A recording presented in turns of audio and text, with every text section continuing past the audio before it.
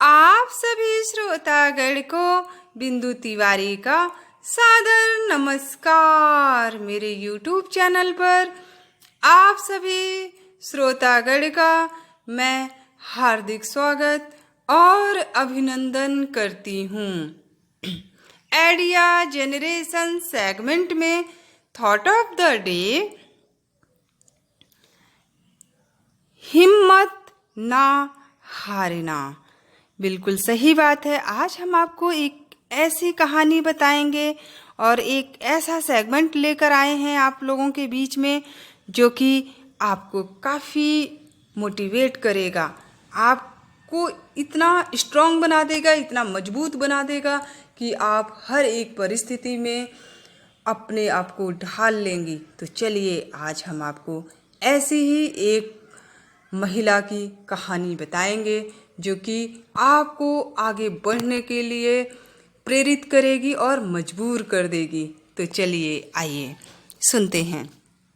देखिए, हर किसी की लाइफ में उतार चढ़ाव आता है, तो इस कहानी में भी ऐसे ही है। उर्वशी की शादी एक गुरुग्राम के एक अमीर घर में हुई थी। देखिए, अब उनके पति अमित एक कंस्ट्रक्शन कंपनी में एक अच्छी नौकरी करते थे। अब घर में पैसों की तो कोई कमी नहीं थी, आप समझ ही सकते हैं, जो इतना अच्छा काम और सारी चीज़ें हैं। उर्वशी अपने परिवार के साथ गुरुग्राम में एक आलीशान जिंदगी जीती थी। उन्हें कभी एहसास भी नहीं हुआ था कि इस आलीशान जिंदगी में ऐसा बदलाव आएगा कि उनके परिवार को पाई पाई का मोहताज होना पड़ेगा। 31 मई 2016 के दिन गुरुग्राम में उर्वशी के पति अमित का एक एक्सीडेंट हो गया। देखिए, दुर्घटना कब कैसे हो जाएगी किसी को पता नहीं है। यह एक्सीडेंट इतना खतरनाक था कि अमित को कई सर्जरी से गुजरना पड़ा। डॉक्टरों ने अमित की सर्जरी को तो कर दी थी, पर उनकी चोट काफ़ी गहरी थी। अपनी इस चोट के कारण वो काम नहीं कर सकते थे। इस कारण उन्हें नौकरी भी छोड़नी पड़ी।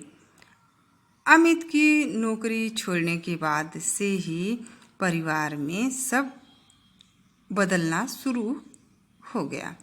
उनके परिवार में अमित की नौकरी के सिवा कोई और कमाई का जरिया नहीं था। अमूमन हम लोगों के भारतीय परिवार में महिलाएं कितनी भी पढ़ी लिखी हों, बहुत से परिवार ऐसे हैं कि काम के लिए मना करते हैं। बैंक में जमा सारा पैसा धीरे धीरे ख़त्म हो रहा था। अमित की दवाइयाँ, बच्चों की स्कूल फीस और घर के राशन में ही इतना पैसा लग गया कि आगे के दिन गुजारने के लिए उनके पास कुछ नहीं बचा था। अचानक हुई पैसों की इस तंगी ने पूरे परिवार का जीवन बदलकर रख दिया था। बिन पैसे के एक एक दिन काटना मुश्किल हो रहा था। अमित के ठीक होने में अभी बहुत वक्त था। ऐसे में अपने परिवार और बच्चों की जिम्मेदारी उठाते हुए उर्वशी ने काम करने की इच्छा जाहिर की।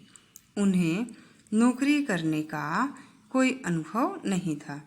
ऐसे में उन्हें कोई ऐसा काम ढूंढना था जिससे वो आसानी से कर सकें। उर्वशी थोड़ी बहुत अंग्रेजी जानती थी, इसके चलते उन्हें एक नर्सरी स्कूल में टीचर की नौकरी मिल गई। पैसे कम थे, पर उस समय एक एक पाई भी उनके लिए जरूरी थी। कुछ समय तक उर्वशी ने टीचर की नौकरी की, पर उससे कमाया पैसा पर्याप्त नहीं था। एक तरफ अब पति इस कंडीशन में, बच्चों का खर्चा तो उतने से क्या होना था, खर्चे बहुत ज़्यादा थे। इसलिए उन्हें कुछ ऐसा करना था जिससे से अधिक पैसा कमाया जा सके। अंग्रेजी के बाद खाना बनाने की कला ही एक ऐसी चीज़ थी जिसे उर्वशी अपना सकती थी। हालांकि उनके पास इतना भी पैसा नहीं था कि अपनी एक छोटी सी दुकान खोल सकें। इसके चलते उन्होंने आखिरी में फैसला किया कि दुकान ना सही पर वो एक छोटा सा ठेला ज़रूर लगा सकती हैं। अपने इस आइडिया के बारे में जब उर्वशी ने परिवार में बताया तो सबने उनका विरोध किया।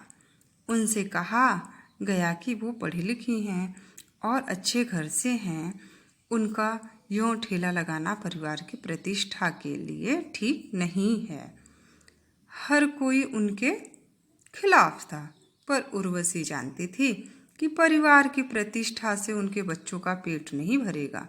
इसीलिए उन्होंने किसी की एक नहीं सुनी और छोले कुलचे का ठेला आखिरकार खोलने का फैसला दृढ़ एकदम किया, संकल्प ले लिया। जो महिला कभी एसी के बिना नहीं रही, जो महिला गाड़ियों में सफ़र किया करती थी, जो महिला बड़े रेस्टोरेंट में खाया करती थी, आज वो गुरुग्राम के सेक्टर 14 की कड़ी धूप में खड़ी थी। चूल्हे की आग और तेल से निकलते धुएं के बीच उन्होंने खाना बनाना था। छोले कुलचे का ये ठेला चलाना उनके लिए आसान नहीं था। कड़ी धूप में बिना किसी की मदद के उन्होंने ये काम करना था। उर्वशी जानती थी कि परेशानियां कई आएंगी, पर अपने परिवार के लिए उन्हें हर परेशानी का सामना करना था। उर्वशी के परिवार का मानना था कि वह कुछ ही दिनों में ये सब बंद कर देगी, लेकिन कुछ ही महीनों में उर्वशी का यह ठेला पूरे इलाके में प्रसिद्ध हो गया। लोग न सिर्फ उर्वशी के स्वादिष्ट छोले कुलचे से बल्कि उनके लहजे से भी बहुत ही प्रभावित थे। उन्होंने पहले किसी इंग्लिश बोलने वाली महिला को यूँ ठेला लगाते नहीं देखा था। उर्वशी इतनी प्रसिद्ध हो गई थी कि अब गुरुग्राम के दूसरे इलाकों से भी लोग उनके पास आने लगे थे। शुरुआती दिनों में ही उन्होंने दिन में 25 से 3,000-4,000 रुपये कमाने शुरू कर दिए थे। उर्वशी की मेहनत रंग लाने लगी थी।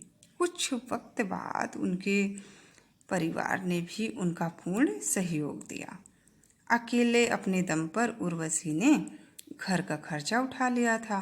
उनकी इस कहानी ने कई लोगों का ध्यान खींचा। सोशल मीडिया पर जैसे ही उर्वशी की कहानी आई तो उनके पास ग्राहकों की लंबी कतार लग गई। उनका यह ठेला अब एक सफल बिजनेस का रूप ले चुका था। वह प्रति माह इतना पैसा कमा रही थी कि अपने पति के ठीक होने तक घर की सारी जिम्मेदारी उन्होंने अपने कंधों पर उठाए रखी। एक बार जैसे ही उनके पति ठीक हुए तो घर के आर्थिक हालात फिर स्थिर होने लगे। जैसे ही सब ठीक हुआ तो उर्वशी ने इस छोटे से ठेले को एक रेस्टोरेंट का रूप दे दिया। आज उनके रेस्टोरेंट में कई और भी पकवान हैं, पर उनके छोले कुलचे आज भी लोगों के दिल और जुबां पर छाए हुए हैं। उर्वशी ने दुनिया को बताया कि अगर खुद में विश्वास हो तो आप हर परिस्थिति से खुद को बाहर निकाल सकते हैं।